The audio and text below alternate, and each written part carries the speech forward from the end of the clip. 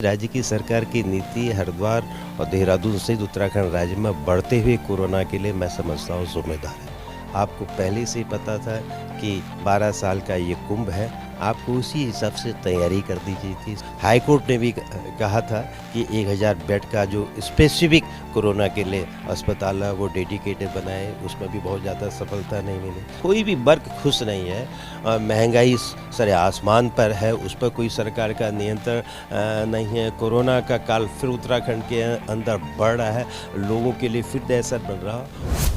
उत्तराखंड में इन दिनों कोरोना का भयानक प्रकोप देखने को मिल रहा है। अगर बात करें तो आईआईटी रुड़की में ही 90 से ज्यादा लोगों को कोरोना संक्रमित पाया गया है। हमारे साथ बातचीत के लिए मौजूद हैं कांग्रेस से राज्यसभा सांसद प्रदीप टंडा जी। सर, अगर बात करें तो जिस तरीके से हरिद्वार में कुंभ का आयोजन हो रहा है, तमाम सारी चीजें हो रही है, उस बीच कोरोना भी काफी तेजी से पैर पसार रहा है। ये जो कोरोना का जो संक्रमण हो रहा है वैसे तो पूरे देश में हो रहा था, और जब कुंभ आ रहा था तो उसी समय भारत राज्य की सरकार को पता था। भारत सरकार ने एसओपी भी जारी की थी। राज्य की नीति ही राज्य की सरकार की नीति हरिद्वार और देहरादून सहित उत्तराखंड राज्य में बढ़ते हुए कोरोना के लिए मैं समझता हूँ जिम्मेदार है। आपको पहले से ही पता था कि 12 साल का ये कुंभ है, आपको उसी हिसाब से तैयारी कर दी गई थी। स्वास्थ्य आपको हाई कोर्ट ने भी कहा था कि 1000 बेड का जो स्पेसिफिक कोरोना के लिए अस्पताल है वो डेडिकेटेड बनाए, उसमें भी बहुत ज़्यादा सफलता नहीं मिली। राज्य की सरकार की जो दोहरी कन्फ्यूजन भरी, पूर्व मुख्यमंत्री ने कहा हम केंद्र की एसओपी को फॉलो करेंगे, कोई भी आएगा तो आपको नेगेटिव रिपोर्ट लेके आना होगा। सत्ता परिवर्तन भारत जनता पार्टी की अंदरूनी उसका परिणाम है। नए मुख्यमंत्री ने आते ही तथाकथित धार्मिक नेताओं के दबाव में कह दिया कि नहीं, हरिद्वार में किसी भी तरह की नेगेटिव रिपोर्ट लाने की कोई आवश्यकता नहीं है, सब लोग आए, उन सब का स्वागत है। उसका परिणाम निकला कि लोग 1 मार्च के महीने में बेरोक टोक हरिद्वार के अंदर प्रवेश कर चुके। हाई कोर्ट ने दोबारा जब आपको कहा कि नहीं आपको एसओपी का पालन करना पड़ेगा, केंद्र की नीतियों को आप बदल नहीं सकते, राज्य की सरकार ने कहा कि हाँ नेगेटिव रिपोर्ट लानी होगी। 1 अप्रैल को ऑफिशियल कुंभ आने से पहले मार्च के अंदर कई हजारों लाखों लोग कोरोना संक्रमण की जिनको था जो पॉजिटिव थे हरिद्वार के अंदर जा चुके थे, और उसका परिणाम आज निकला है कि पूरे उत्तराखंड के अंदर एक दहशत से आ गई है, कन्फ्यूज़न सा आ गया है, और सारे के सारे जो मामले हैं इस समय हरिद्वार और देहरादून ज़िले में है। तो कहीं ना कहीं राज्य की जो नीति है कोरोना के का ठीक से आकलन न कर पाना, टेस्टिंग की बात को ठीक से अंजाम नहीं देना, ना आपके पास टेस्टिंग की सुविधा है, ना आप वैक्सीनेशन की प्रोसेस को आगे बढ़ा रहे हैं, तो इसका दुष्परिणाम ये निकल रहा है कि कोरोना के मामले बढ़ रहे हैं और राज्य में एक बार फिर दहशत का जैसा वातावरण बन रहा है। सर, कोरोना के मामले तो बढ़ रहे हैं, लेकिन जंगलों में आग भी काफी ज्यादा बढ़ रही है और लगातार आग बुझाने का प्रयास किया जा रहा है, लेकिन अब तक आग पूरी तरीके से बुझी नहीं है।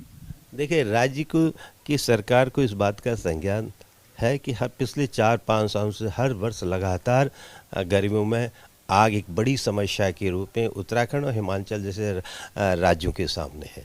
इस बार तो दिसंबर के माह से ही जंगलों में आग लग रही थी।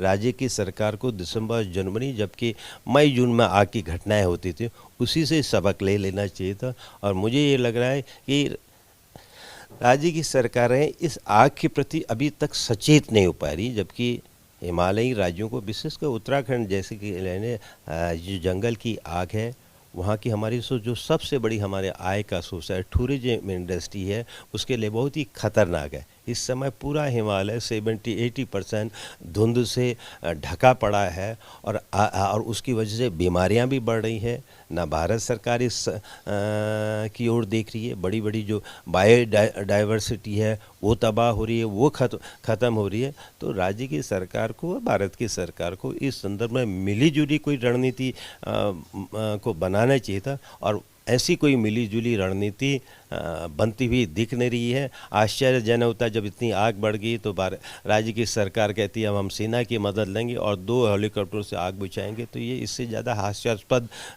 क्या बात हो सकती है कि आप 2 हेलीकॉप्टर बहाने राज्य की जंगलों की धधकती हुई आग को क्या रोकना चाहते हो।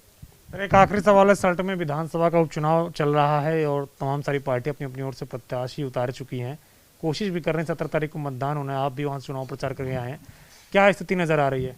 देखिए, वहाँ निश्चित रूप से कांग्रेस की प्रत्याशी गंगा पंचोली जीतने जा रही हैं। पिछले बार भी वो थोड़े से मतों से रह गई थी, क्योंकि जनता को मेन चुनाव में जाने से पहले, 22 में जाने से पहले एक मौका मिल रहा है। इन 4-4.5 सालों में जो राज्य की बदहाल स्थिति की दुर्दशा हो चुकी, नौजवान रोज़गार के लिए सड़कों में आने को बाध्य है, महिला हो, किसान हो, नौजवान हो, दलित हो, समाज का कोई भी वर्ग खुश नहीं है। महंगाई सरे आसमान पर है, उस पर कोई सरकार का नियंत्रण नहीं है। कोरोना का काल फिर उत्तराखंड के अंदर बढ़ रहा है, लोगों के लिए फिर दहशत रहा और कोई नीति नहीं है। तो मैं समझता हूँ ये मौका मिला है सल्ट के माध्यम से बीजेपी की सरकार को एक सबक सिखाने का, और निश्चित रूप से राज्य की जनता सल्ट की विधानसभा इस अवसर का लाभ लेके और भारतीय जनता पार्टी को बड़ी डिफीट देके कांग्रेस के प्रत्याशी हमारी गंगा पंचोली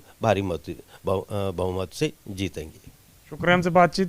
तो ये हैं प्रदीप टमटा, राज्यसभा सांसद कांग्रेस के, जिनका कहना है कि सल्ट में जो विधानसभा उपचुनाव हो रहा है उसमें प्रत्याशी हमारे जीतेंगे, क्योंकि जिस तरीके से भारतीय जनता पार्टी का अब तक का कार्यकाल रहा है उससे उत्तराखंड की जनता वाकिफ हो चुकी है। कृष्ण वीरपाल के साथ अविनाश तिवारी, एबीपी गंगा, दिल्ली।